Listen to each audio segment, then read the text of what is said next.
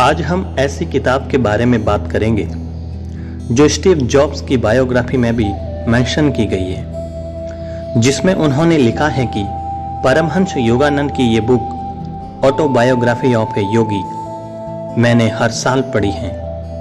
और सिर्फ इन्होंने ही नहीं, दुनिया के बहुत से सफल लोगों ने इस किताब को पढ़ा है और जिसको वो अपनी जिंदगी की सफलता में सबसे बड़ा योगदान मानते हैं। और इसीलिए वो सभी इस किताब को पढ़ने के लिए कहते भी हैं। जब योगानंद ने अपनी जीवनी का आखिरी सेंटेंस लिखा तो उन्होंने कहा था कि ये बुक लाखों लोगों की जिंदगी बदल देगी। यह मेरे चले जाने के बाद मेरे मैसेंजर के रूप में काम करेगी। उनकी ऑटोबायोग्राफी में उनकी लाइफ की जर्नी को दिखाया गया है कि कैसे उन्होंने फिलॉसफीज को ढूंढा और उसे विकसित किया, जिससे उन्हें पूरी दुनिया में फॉलो किया गया। यह बुक रीडर्स को परमहंस योगानंद के जीवन से लोगों को जोड़ती है, जिसे उन्होंने 1946 में लिखा था, जिसमें उनके ईस्टर्न और वेस्टर्न दोनों वर्ल्ड के आध्यात्मिक जीवन का वर्णन है। इस बुक को आसानी से समझने के लिए हमने इसे 4 अलग अलग भागों में बांटा है, जिसमें सबसे पहले उनकी हिस्ट्री और फैमिली के बारे में बताया गया है। उसके बाद वो अपनी जर्नी के दौरान किन महत्वपूर्ण लोगों से मिले। तीसरे भाग में उनके पुनर्जन्म और आखिरी भाग में उनके आध्यात्मिक विचारों के बारे में बताया गया है। परमहंस योगानंद का जन्म एक बंगाली हिंदू परिवार में मुकुंदलाल घोष के घर में गोरखपुर में हुआ था। इनका जन्म 1893 में हुआ।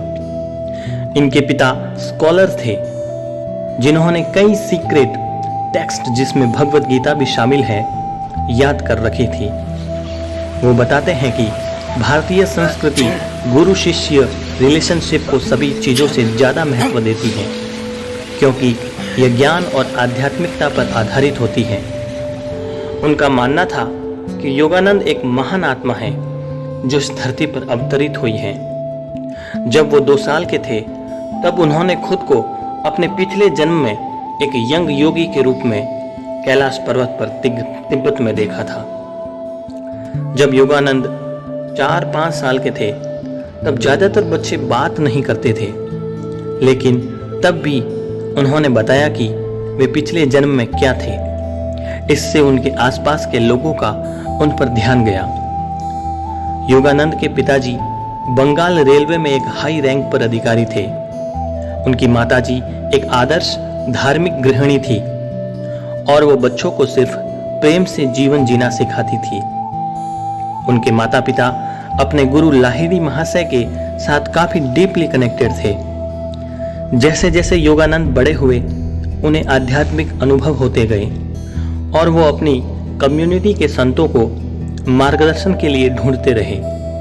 11 साल की उम्र में उनको ऐसे विजन आए जैसे कि उनकी माँ कह रही हो कि वो अब मरने वाले हैं। कुछ ही समय में उनकी माँ का देहावसान हो जाता है और इसलिए योगानंद हिमालय में जाने के लिए मजबूर हो जाते हैं। वो अपने भाई से नहीं जाने के लिए कन्विंस थे, लेकिन वो साथ ही अपने गुरु को लगातार खोज रहे थे जो उन्हें बेहतर मार्गदर्शन दे सके। जब योगानंद 17 साल के थे तब वो एक ऐसे गुरु से मिले। उनका नाम था श्री युक्तेश्वर गिरी और उनसे मिलने से पूर्व योगानंद को उनके बारे में कई स्वप्न आए थे। दोनों ने जब एक दूसरे को बनारस के बाजार में देखा तो उनके बीच अगाध प्रेम की धारा उमड़ने लगी। श्री युक्तेश्वर ने योगानंद को कई शिक्षाएं दी जो सीखने में मुश्किल थी, लेकिन उनके आगामी जीवन के लिए बहुत फायदेमंद थी। हालांकि कभी कभी युक्तेश्वर जी जो कहते थे उसे समझ पाना बेहद मुश्किल था, लेकिन योगानंद उनके पिछले जन्म के गुरु शिष्य संबंधों की प्रगाढ़ता के कारण उसे भी समझ लेते थे। श्री युक्तेश्वर जी ने योगानंद को क्रिया योग के बारे में शिक्षा दी। क्रिया योग की एक ऐसी पद्धति है जो लोगों को प्रकाशमान करने में मदद करती हैं। 1915 में सेरमपुर कॉलेज में डिग्री लेने के बाद, जो कि एक ब्रिटिश यूनिवर्सिटी थी, श्री युक्तेश्वर के आदेश पर योगानंद ने सन्यासी जीवन का सफर शुरू किया और तब वो स्वामी योगानंद गिरी कहलाए।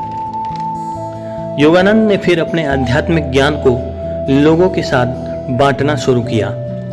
1917 में उन्होंने पश्चिमी बंगाल में एक स्कूल शुरू किया, जहां पर विद्यार्थी योग और परंपरागत आध्यात्मिक ज्ञान सीख सकते थे।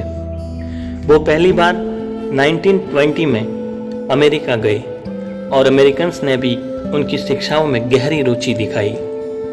उसी साल उन्होंने अपने विचारों का प्रचार करने के लिए सेल्फ रियलाइजेशन फेलोशिप की लॉस एंजल्स में स्थापना की। बीच में भारत में एक छोटी सी यात्रा के बाद उन्होंने अपना पूरा जीवन विदेश में ही बिताया। उस समय वो गांधी जी से भी मिले और उन्हें क्रिया योग से परिचित करवाया।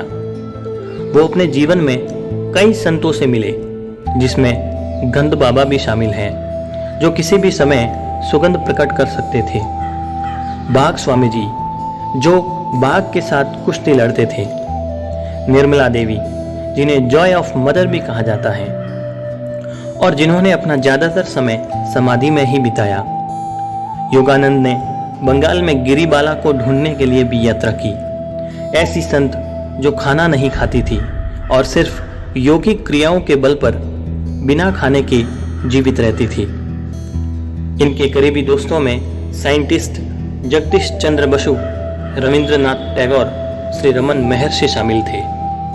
योगानंद अपने रीडर्स को यह समझाने में मदद करते हैं कि क्यों उनका जन्म इस धरती पर हुआ है, उनका सच्चा गोल क्या है और किस तरह वो इसे प्राप्त कर सकते हैं। अधिकतर समय नश्वर चिंताओं को पार करने के योगानंद के प्रयासों में असुविधाओं का प्रबंधन शामिल था, जो उनके लंबे उपवास करने की शिकायतें ना करने की कोशिश की। उन्होंने महसूस किया कि ऊंचा उठने का यह मतलब नहीं है कि आप पूरी तरह से दुनिया को नकार दें। आध्यात्मिक यात्रा के माध्यम से उनकी सीख। इस भाग में उनके आध्यात्मिक जीवन की 5 सीखों के बारे में बताया गया है, जो कि इस किताब का सबसे महत्वपूर्ण भाग है। आत्मबोध। शरीर में, दिमाग में और आत्मा में हर चीज में भगवान विद्यमान है। हमें ये प्रार्थना करने की जरूरत नहीं है कि हमें भगवान मिल जाए। भगवान सिर्फ हमारे आसपास ही नहीं, बल्कि वो हम में ही है। हम में उसका हिस्सा अभी भी इतना है जितना हम हमेशा होंगे। हमें सिर्फ अपने ज्ञान में सुधार करना है। दूसरा, खुशियों का जीवन जीना। अपनी बोली में मधुरता लाकर और सिंसियरिटी से दूसरों को खुश करना महानता की निशानी है।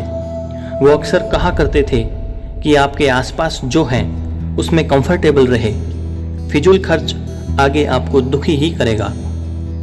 अपने डर को आंखों में देखें और यह आपको परेशान करना बंद कर देगा। बीते कल को भूल जाएं, क्योंकि यह आपके हाथ से निकल चुका है। आने वाले कल को भूल जाएं, क्योंकि वह आपकी पहुंच से बाहर है। अपने वर्तमान में नियंत्रण करने का प्रयास करें। तीसरा, उद्देश्य में रहना और उद्देश्य पूर्ण होना। जितना गहराई से हम समझते हैं, उतना ही हमें बल मिलता है। इंसान की चेतनावस्था शरीर और सांसों की अवेयरनेस होती है। उनकी चेतनावस्था जो नींद में भी क्रियाशील होती है, उनकी मानसिक और स्थायी शरीर सांसों से अलग जुड़ी होती है। सेवा में होना। कुछ लोग दूसरों को नीचे दबाकर आगे बढ़ने की कोशिश करते हैं। इंसान का मन भगवान की एक सर्वशक्तिशाली चिंगारी है। यह आपको बता सकती है, जब आप दूसरों के लिए जीना शुरू कर देते हैं, तब वो भी आपके लिए जीना शुरू कर देते हैं।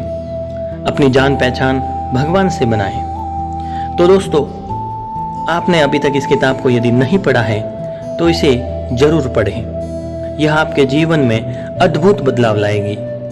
Thanks for watching.